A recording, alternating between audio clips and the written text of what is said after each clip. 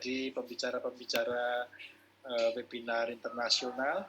Dia juga pendiri komunitas sekolah Insya Allah negeri yang mendayagunakan cloud learning, sehingga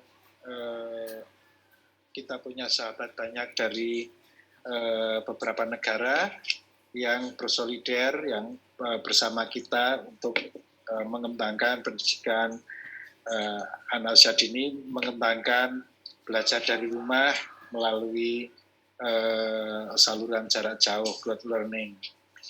Maka sudah pas juga kalau akan bincang-bincang bersama kita, apalagi setiap hari Ibu Kusum ini menjadi pengembang media pembelajaran, terutama pada saat-saat akhir ini mengembangkan media pembelajaran dari rumah yang sangat dibutuhkan. Sebagai contohnya sekarang sedang mengembangkan Parent Assisted Autonomous Learning. Ini suatu model pembelajaran jarak jauh pada masa pandemi ini. Untuk lebih lengkap, nanti Ibu bisa memperkenalkan diri, tetapi marilah kita segera menyambut sesi presentasi dari Ibu Dr. Kusum Nurhayati. Ibu 20 menit ke depan, layar serta waktu kami persilakan Ibu. Baik, terima kasih Pak Lili. Assalamualaikum warahmatullahi wabarakatuh. Waalaikumsalam warahmatullahi wabarakatuh. Alhamdulillahirrabbilalamin, puji dan syukur marilah senantiasa kita panjatkan kehadirat Allah SWT atas limpahan nikmat dan juga karunia-Nya sehingga kita saat ini dalam kondisi sehat dan juga semangat ya. Bunda dan Yanda semuanya semangat ya. Terima kasih kami sampaikan kepada Direktorat Jenderal PAUD Dikdasmen Kemdikbud dan juga BP PAUD Dikmas DIY Bapak Eko Sumadri yang sudah membuka kegiatan pada hari ini, yang telah memberikan kesempatan pada saya untuk berbagi melalui forum yang luar biasa ini ya, kelas orang tua berbagi. Terima kasih juga saya sampaikan kepada Bunda Zamzami Ulwiyati, tadi presenter pertama, dan juga Bunda Fitria Ratu Ayu, luar biasa sekali ya inspirasi yang sudah disampaikan tadi. Kemudian terima kasih juga kami sampaikan kepada seluruh peserta, Bunda dan Yanda, orang tua hebat di seluruh penjuru negeri. Saya lihat ada dari Sulawesi juga ya, ada dari Bali. Dan kali ini saya mengundang teman-teman saya, mungkin bisa melambaikan tangan ya, atau reaction. Di sini ada teman saya dari pendidik ya, di Sekolah Indonesia Riyadh, Arab Saudi. Kemudian ada juga dari Sekolah Indonesia Kairo, kemudian ada Bunda dari Davao, Filipina, dan juga dari Sekolah Republik Indonesia, Tokyo. Bunda dan Yanda semuanya, waktu saya cukup pendek ya, hanya 20 menit ini. Mohon maaf Bu, ralat 30. Oh, 30 menit, baik. Depan. Ya, baik Bunda dan Yanda, para peserta webinar. Mendampingi anak pada masa belajar dari rumah ini menjadi sebuah tantangan tersendiri ya bagi sebagian besar orang tua, termasuk saya. Anak saya yang kecil ini usianya 5 tahun, sehingga posisi saya saat ini juga sama dengan Bunda Yanda semuanya sebagai orang tua. Nah, di tengah kondisi pandemi COVID-19 ini, atau kondisi new normal juga ada yang menyebut seperti itu, penggunaan gawai, apakah itu smartphone, atau tablet, atau personal computer, ataupun laptop, kini menjadi semakin dominan dalam proses pembelajaran. Namun, gawai ini ibarat dua sisi mata pisau ya. Tadi sudah diuraikan oleh bunda-bunda wali murid, yang gawai ini bisa menghadirkan dampak positif maupun dampak negatif. Jika salah dalam menggunakannya, kita bisa menghadapi berbagai problem. Nah, dalam pelaksanaan BDR ini, orang tua dituntut untuk mampu memanfaatkan penggunaan teknologi informasi dalam mendampingi anak belajar dan mengoptimalkan gawai untuk proses pembelajaran. Nah, dengan pengelolaan gawai yang bijak, harapannya anak-anak dapat tumbuh dan berkembang secara optimal. Nah, Bunda dan Yanda, hari ini saya akan mendampingi Bunda dan Yanda semuanya untuk berdiskusi ya. Jadi istilahnya itu kita berdiskusi, nanti akan banyak sharing di sini seputar pengelolaan gawai untuk mendukung pelaksanaan BDR PAUD. Baik, Bunda dan Yanda, peserta webinar pada hari ini, silahkan klik reaction-nya ya. Apakah kondisi Bunda dan Yanda hari ini semangat ya? Silahkan reaction-nya sambil menunggu saya akan sharing screen ya. Silahkan nanti panitia akan screenshot reaction dari Bunda dan Yanda semuanya. Sudah terlihat belum Pak Lili reaction teman-teman? Belum, Bunda. Beberapa sudah lambaiannya.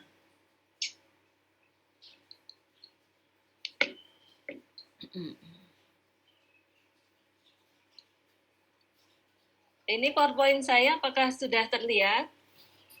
Sudah, Bunda. Ya, terima kasih. Terima kasih. Ya, baik.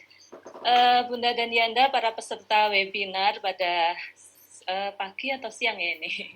Pagi menjelang siang. Subuh kalau di siang, Bunda. Oh ya, sudah siang, yang di Makassar sudah siang ya. Ya, terima kasih atas partisipasinya ya pada hari ini. Saya diberikan sebuah tema yang sangat menarik sekali, yaitu pengelolaan gawai untuk mendukung pelaksanaan belajar dari rumah untuk pendidikan anak usia dini. Perkenalkan, nama saya Ibu Kulsum Nurhayati. Saya adalah seorang pengembang teknologi pembelajaran ahli media dari Balai Pengembangan Media Radio, Pendidikan dan Kebudayaan, Kementerian Pendidikan dan Kebudayaan. Nah, salah satu yang menjadi pengalaman menarik saya selama BDR ini, sebagai seorang pengembang teknologi pembelajaran, saya mengembangkan sebuah model pembelajaran untuk BDR dengan nama, ini saya berikan nama Parent Assist Autonomous Learning Model, atau kalau disingkat PAL model. Nanti sedikit banyak akan saya sampaikan mengenai model ini. Kemudian berkah juga yang saya peroleh selama COVID ini, saya mendapatkan sebuah penghargaan dari Microsoft, yaitu Microsoft Innovative Educator Expert, karena saya berhasil memberikan pelatihan dan juga menggalang para guru-guru di sekolah Indonesia luar negeri, mulai dari Belanda sampai dengan Tokyo ya pada masa COVID kemarin, untuk memberikan pembekalan penguasaan teknologi informasi bagi para guru untuk melaksanakan proses pembelajaran dari rumah. Jadi di luar negeri pun juga BDR ya, sama dengan kita di sini. Nah, dari pelaksanaan kegiatan Microsoft itu, kemudian saya mendirikan sebuah cloud learning community, di mana di sana adalah sebuah komunitas belajar yang terdiri dari para guru sekolah Indonesia di luar negeri. Nah, ini luar biasa sekali karena hari ini para pendidik PAUD dari sekolah Indonesia luar negeri bersedia hadir di sini. Nanti mungkin juga bisa ikut berinteraksi ya, karena mungkin beliau-beliau juga sebagai orang tua. Baik, Bunda dan Yanda, siapkan jempolnya ya untuk menulis pertanyaan saya ini. Nanti saya minta untuk Pak Lili bisa membantu membacakan. Sebagai seorang pengembang teknologi pembelajaran ya, Bunda dan Yanda, tugas saya sehari-hari adalah mengembangkan baik itu media pembelajaran. Jadi tidak hanya media ya, tadi yang disebutkan oleh Pak Lili kan media. Saya kembangkan tidak hanya media pembelajaran, tapi juga model pembelajaran dan juga aplikasi pembelajaran. Nah, ketika mengembangkan media atau model pembelajaran tersebut, tentu saja saya tidak bisa berpikir sendiri. Saya harus mendapatkan masukan. Posisi saya di sini di tengah-tengah, di antara guru dan juga orang tua.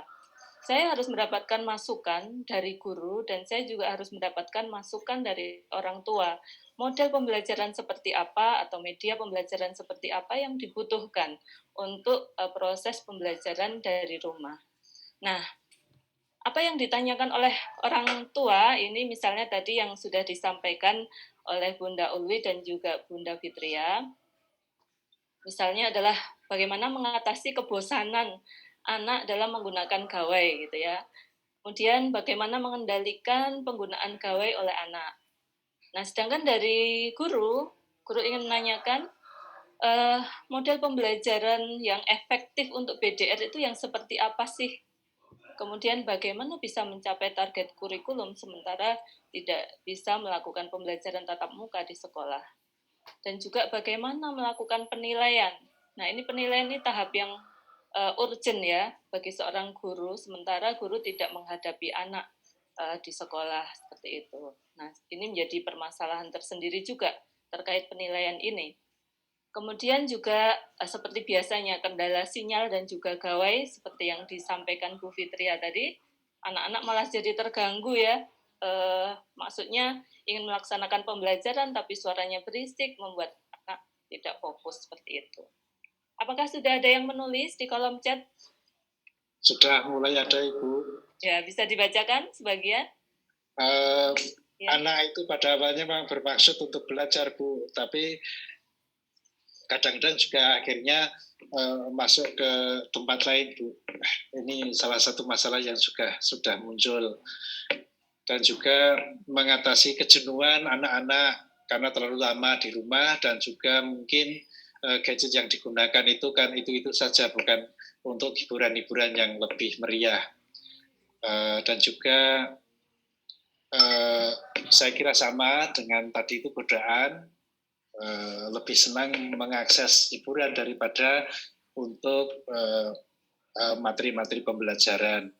Nah, ada persoalan teknis, Bu.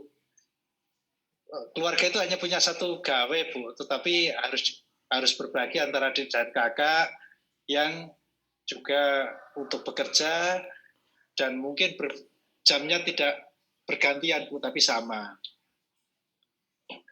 Itu dulu, Bu. Ya, baik. Ya. Baik, saya rasa masukan ini nanti tolong dicatat semua ya oleh Pamong Belajar di PAUD, BP PAUD Dikmas, karena ini sangat penting ketika BP PAUD juga mengembangkan sebuah model pembelajaran harus berawal dari analisis kebutuhan. Nah, saat ini kita sedang melakukan analisis kebutuhan ya, dengan menanyakan kepada orang tua, ini harus kita manfaatkan ini. Para peserta yang jumlahnya sudah 311 ya, Pak Lili, luar biasa sekali sudah bergabung hari ini. Harapan saya semuanya bisa menyampaikan apa yang menjadi permasalahan Anda sebagai orang tua dalam mengelola gawai untuk pelaksanaan BDR ini. Nah, ini kita tampung dulu ya, Pak Lili. Ya, Bu. Baik, saya lanjutkan. Nah, terkait dengan pembelajaran jarak jauh atau sekarang istilah populernya adalah BDR ya, belajar dari rumah. Pembelajaran jarak jauh atau BDR ini adalah proses pembelajaran virtual sinkronus. Nanti akan saya jelaskan di belakang seperti apa virtual sinkronus itu. Proses pembelajaran virtual sinkronus dengan memanfaatkan gawai sebagai sarana utama pembelajaran. Nah, silahkan dituliskan lagi di kolom chatnya, nanti akan dibantu dibacakan oleh Bapak Moderator. Macam-macam gawai ini kan ada personal komputer, ada laptop, ada smartphone, ada juga tablet ya. Nah, Bunda dan Yanda semuanya sebagai orang tua siswa yang sedang duduk di usia PAUD, jenis gawai mana yang Anda gunakan untuk memfasilitasi anak dalam BDR? Mengapa Anda memilih menggunakan jenis gawai tersebut? Mungkin juga jawabannya ya adanya cuman itu gitu ya Pak Lili. Jadi sudah ada yang menyinggung seperti itu. Bisa dibacakan? Masih Bu. Silakan Bunda dan Yanda semuanya menuliskan di kolom chat. Kita nanti ada giveaway ya untuk 70 peserta. Nah, nanti dari yang aktif ini juga akan kita lihat ya untuk mendapatkan giveaway itu. Silahkan bisa ditulis jenis gawai yang mana yang Anda gunakan untuk memfasilitasi anak dalam pelaksanaan BDR dan mengapa memilih menggunakan jenis gawai tersebut. Ada smartphone, ada laptop Bu, yang digunakan yang sudah masuk Bu. Iya, ada laptop. Ya, hampir semuanya ada yang menggunakan laptop, ada yang PC, ada smartphone, ada tablet juga ya. Ya kalau Bunda Tria tadi menggunakan tablet. Kemudian kalau Bunda Ulwi tadi menggunakan laptop ya. Kadang laptop, kadang smartphone ya. Bunda Ulwi ya. Baik, kita tampung dulu. Bunda dan Yanda, tadi sudah saya sampaikan ya, anak saya yang kecil ini usianya 5 tahun. Dia sekarang sedang duduk di bangku TKB, naik kelas ini kemarin dari A ke B. Nah, ini adalah jenis game yang dia sukai ya. Ada games cacing ya, kemudian ada games kecantikan, masak-memasak, dan sebagainya. Nah, coba ditulis di kolom chat, Pak Lilik nanti bantu bacakan ya. Game apa yang disukai oleh anak Anda, Bunda Yanda? Silahkan ditulis. Ayo, ini kali ini kita webinarnya harus aktif ya, tidak hanya mendengarkan saja, tapi juga melakukan sesuatu supaya tidak ngantuk. Nah, masuk Bu Adi ada game cacing, salah satu contoh. Oh, iya kan? Ya. Bener ini game cacing ini kok lagi ngetop, ada apa ya dengan game cacing itu ya? Ada yang suka TikTok juga ya? Iya Bu, TikTok Bu, masuk Bu. Ada juga TikTok. Ya, silahkan merespon Bunda dan Yanda.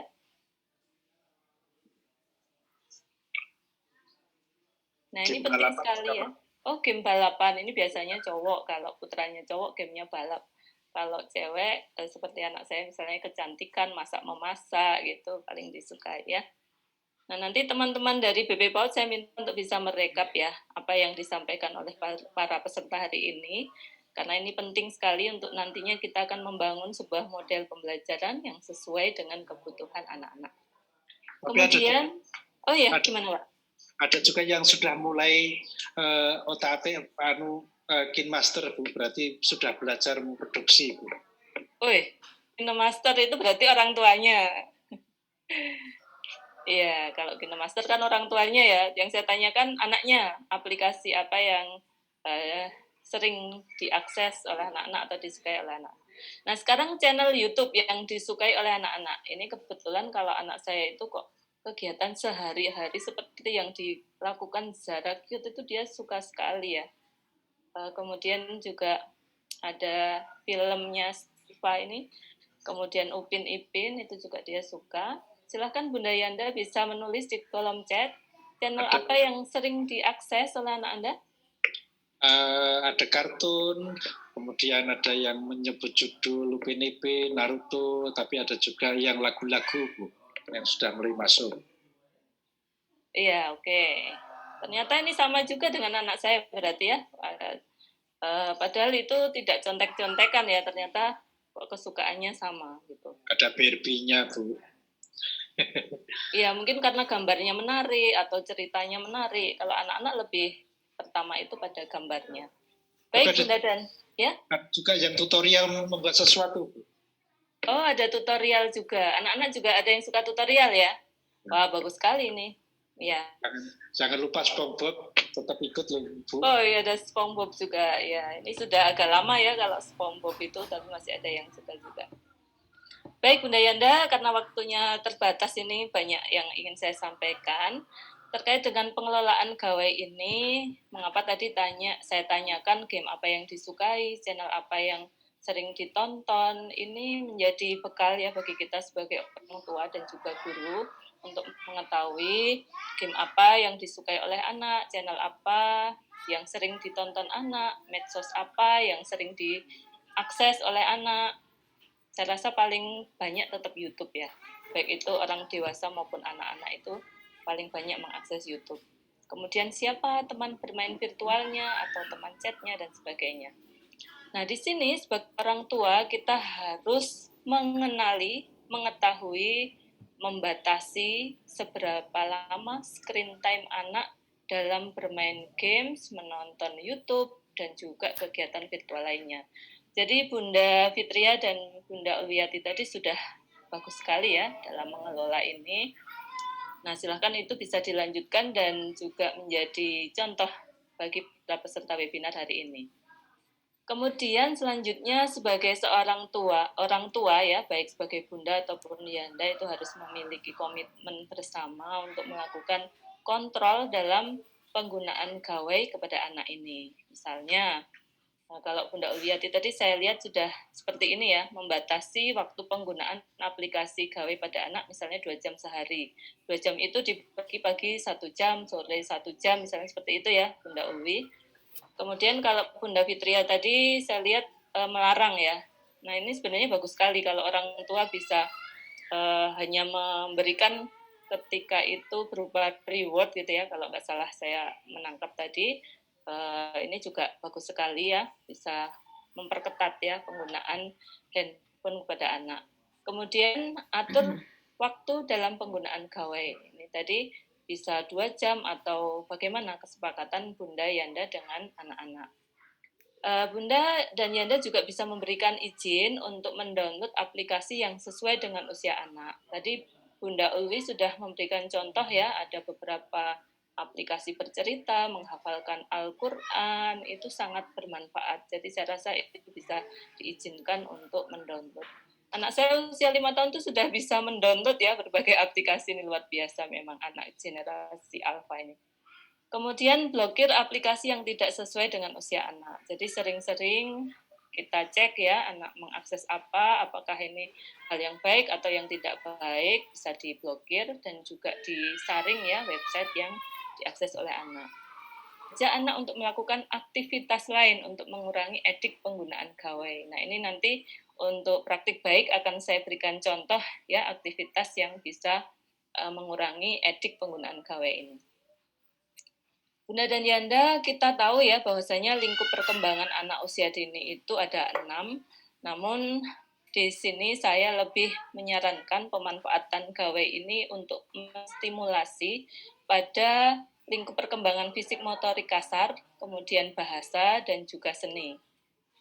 Fisik motorik kasar ini misalnya dengan gawai tersebut bisa menstimulasi pada perkembangan anak untuk melakukan gerakan tubuh secara terkoordinasi. Ini salah satu contohnya menggunakan TikTok ya, nanti saya akan berikan contohnya, melakukan gerakan tubuh secara koordinasi menggunakan aplikasi TikTok. Kemudian kelenturan, keseimbangan, dan juga kelincahan. Kemudian pada lingkup perkembangan bahasa, memahami bahasa reseptif. Ini kalau anak tadi Bunda Ulwiati menggunakan aplikasi radio edukasi ya. Di sana banyak sekali cerita anak yang bisa dihadirkan untuk anak-anak kita yang berupa suara saja ya Bunda, bukan berupa gambar. Di itu anak-anak akan bisa memahami sebuah cerita yang didengarkan. Kemudian dia juga bisa mengekspresikan bahasa, bertanya, kemudian menceritakan kembali apa yang didengarkan, dan juga mengekspresikan perasaannya. Dan juga seni ya, perkembangan seni, misalnya dia bisa berimajinasi menggunakan gerakan, musik, dan juga drama. Nah, konten pembelajaran online yang cocok untuk anak-anak ini memang sebaiknya yang bisa mengajak anak untuk melakukan berbagai aktivitas, yaitu misalnya melatih bermain musik, melakukan gerakan, menyanyi, dan sebagainya. Kemudian juga media yang menghadirkan sebuah cerita yang bisa menstimulasi perkembangan bahasa. Atau juga tawan sains sederhana. Tadi kan ada juga yang suka tutorial ya. Tutorial misalnya untuk mengetahui warna ya, warna pencampuran warna dan sebagainya itu juga bisa cocok untuk anak usia dini. Bunda dan Yanda, ini sedikit pengetahuan ya, meskipun sebagai orang tua ini perlu mengetahui bahwasanya setting pembelajaran ini bisa kita bagi menjadi 2, yaitu setting belajar sinkronus dan setting belajar asinkronus. Nanti kalau akan mempelajari lebih lanjut, ada di bukunya Bapak Uwais Khairuman, beliau adalah pakar teknologi pembelajaran. Nah, pembelajaran sinkronus ini terbagi menjadi 2. Selama ini, sebelum adanya COVID-19, proses pembelajaran sinkronus itu terjadi secara live sinkronus, ataupun tatap muka langsung. Nah, untuk pelaksanaan BDR ini, tatap muka langsung, saya lihat beberapa sekolah melaksanakan guru kunjung. Nah, guru kunjung ini termasuk pada pembelajaran live sinkronus, gitu ya Bunda. Kemudian setting belajar sinkronus yang kedua adalah virtual sinkronus. Nah inilah BDR dengan menggunakan gawai yang sedang kita laksanakan selama ini dan juga sedang kita lakukan pada saat webinar ini adalah setting virtual sinkronus atau tatap maya ya, tatap maya. Nah, tatap maya ini bisa dilakukan dengan cara apa? Bisa dengan cara seperti ini ya, menggunakan Zoom meeting atau bisa juga menggunakan YouTube Live misalnya, atau Instagram Live, atau Facebook dan sebagainya. Atau WA juga sekarang bisa ya untuk cukup banyak melakukan video conference serta bersama-sama. Kemudian setting belajar yang kedua adalah asinkronus. Nah ini saya sarankan memang untuk PAUD, untuk setting belajar sinkronusnya itu jangan terlalu banyak. Tadi sudah terbukti ya Bu Fitria menyampaikan berisik, gangguan sinyal, dan sebagainya. Sehingga setting belajar sinkronus ini nanti perlu kita batasi. Untuk pembelajaran PAUD bisa lebih banyak untuk asinkronus learning-nya, di mana ada tugas mandiri yang dapat dikerjakan sesuai dengan kondisi peserta didik, dengan pendampingan orang tua, dan juga pembelajaran kolaboratif, di mana anak-anak memungkinkan berkolaborasi dengan teman-temannya. Tadi kan adik siapa tadi putranya Bunda Fitria tadi menyampaikan senang belajar di sekolah ya, karena di sekolah itu bertemu dengan teman-teman. Nah ini dalam setting asinkronus itu kita juga bisa mengembangkan model pembelajaran kolaboratif. Nanti akan saya berikan contoh di belakang. Nah Bunda Yanda ini yang sudah saya sampaikan, waktu saya masih ada ya Pak Lili ya. Masih 4 menit Bu. Wah, masih 4 menit kok sebentar sekali nih. Baik, Bunda dan Yanda, ini model yang sudah saya kembangkan yaitu Parent Assist Autonomous Learning Model atau disingkat PAL model, di mana ini menggabungkan teori autonomous learning, assisted learning, dan juga distance learning. Nanti Bunda dan Yanda bisa berkoordinasi dengan orang tua, di mana model PAL ini ada sintaksnya, ada PAL juga, yaitu performing, actuating, assessing, looking for the learning problem, and solve it. Di mana pada saat performing ini yang dilakukan adalah virtual sinkronus, tatap muka virtual atau tatap maya.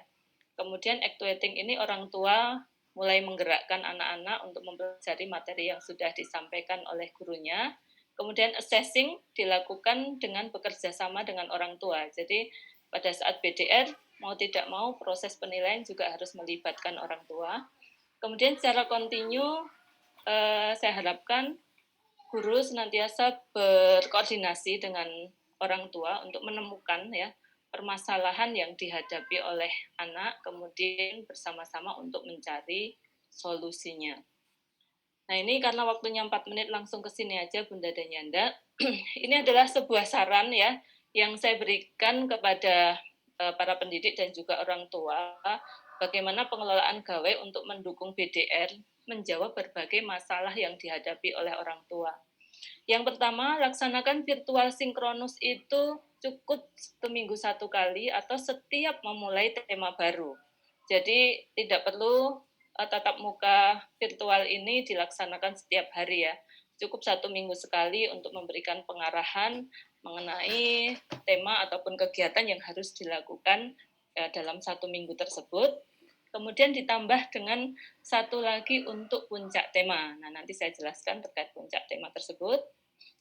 Kemudian yang kedua, penilaian anak dilakukan dengan melibatkan orang tua. Nah, sebagai pendidik nanti bisa menggunakan istilah-istilah yang mudah difahami orang tua. Jadi kalau biasanya kan berkembang sesuai harapan, berkembang sangat baik, mulai berkembang, belum berkembang. Nah, itu orang tua kan mungkin belum paham. Nah, bisa gunakan istilah-istilah misalnya anak sudah dapat melakukan sendiri, dibantu sebagian, dibantu sepenuhnya. Nah, gunakan istilah-istilah seperti itu, diberikan kepada orang tua untuk memberikan penilaian terhadap kegiatan ataupun stimulasi yang dilakukan oleh orang tua. Nah, terkait ini bisa memanfaatkan teknologi untuk mempermudah orang tua dalam memberikan penilaian.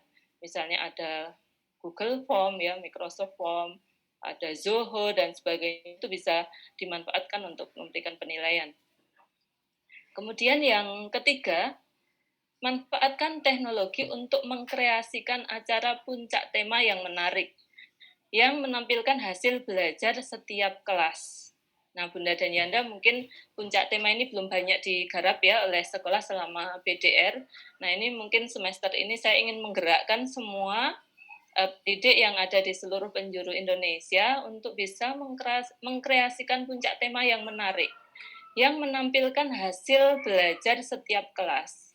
Nah, di sini pada saat puncak tema nanti bisa disajikan video hasil belajar tentang kegiatan anak, misalnya mulai bangun tidur sampai dengan tidur lagi, dengan pemeran adalah anak-anak dalam satu kelas. Nah, misalnya ada anak yang sedang acting bangun tidur, kemudian setelah itu melipat selimut, setelah itu kemudian berwudu, sholat, dan sebagainya. Itu dirangkai menjadi sebuah video yang menarik, ditayangkan dalam acara puncak tema. Saya rasa ini menarik sekali ya.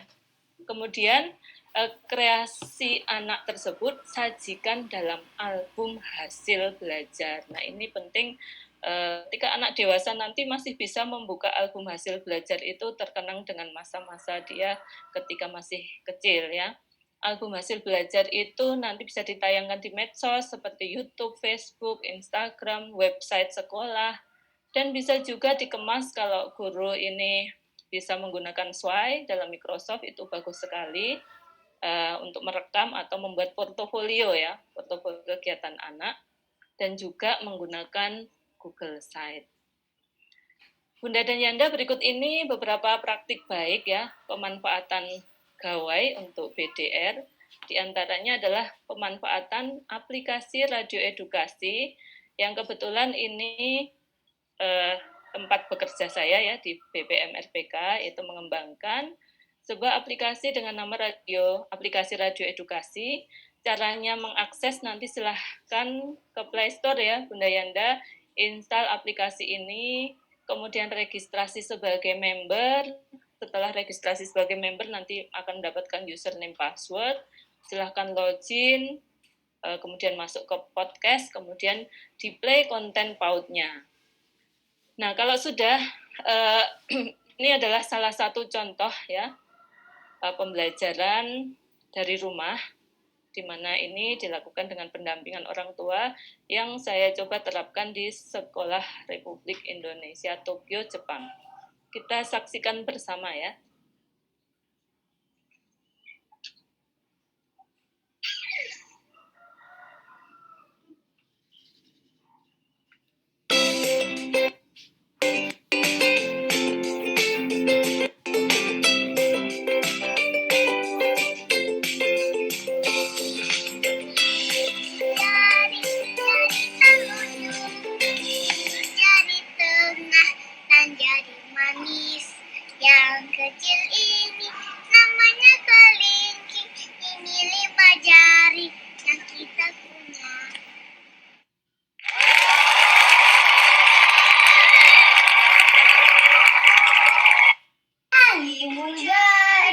Jari telunjuk, ini jari tengah dan jari manis. Yang kecil ini namanya kelingking. Ini 5 jari yang kita punya.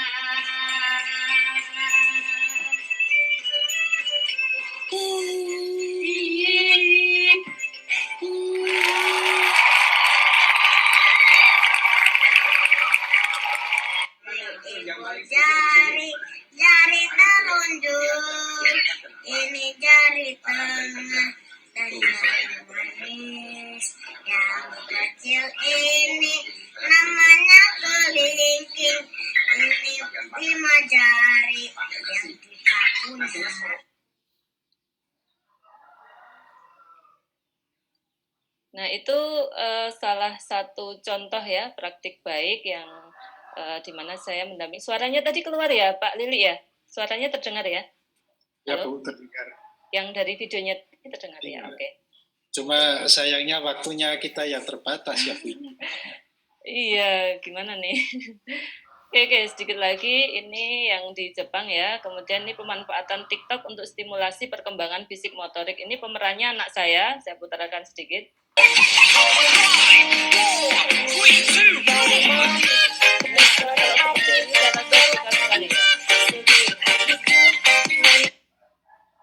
Alright, damn, he could dress, nigga dance in the east, making bands in the west, rockstar, black beetle type band. Ini orang tua juga perlu aktif ya. Baik Pak Lili, karena waktunya terbatas ya. Mungkin saya tidak bisa menyajikan semuanya. Ini di sini ada beberapa informasi terkait dengan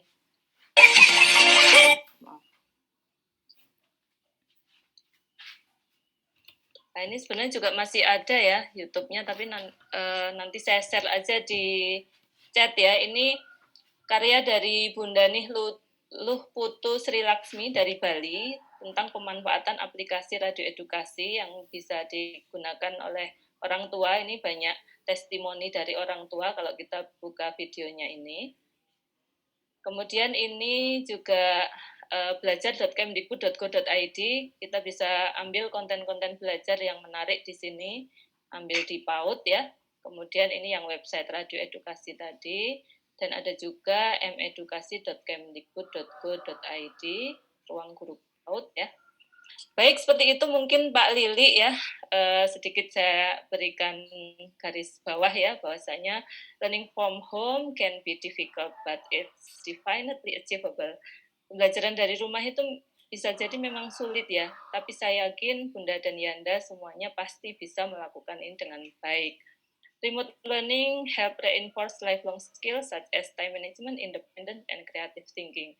Pendidikan jarak jauh atau pembelajaran jarak jauh ini bisa membantu memperkuat keterampilan sepanjang hayat ya, seperti manajemen waktu, kemandirian, dan juga pemikiran kreatif. Nah, menghadapi pembelajaran PDR kali ini banyak hal baru yang harus kita lakukan ya. Jangan takut untuk melakukan kesalahan, karena kalau kita tidak pernah melakukan kesalahan itu tidak pernah mencoba sesuatu yang baru. Ada banyak aplikasi, ada banyak software yang harus kita pelajari, ini sesuatu yang baru, jangan ragu-ragu untuk mencoba.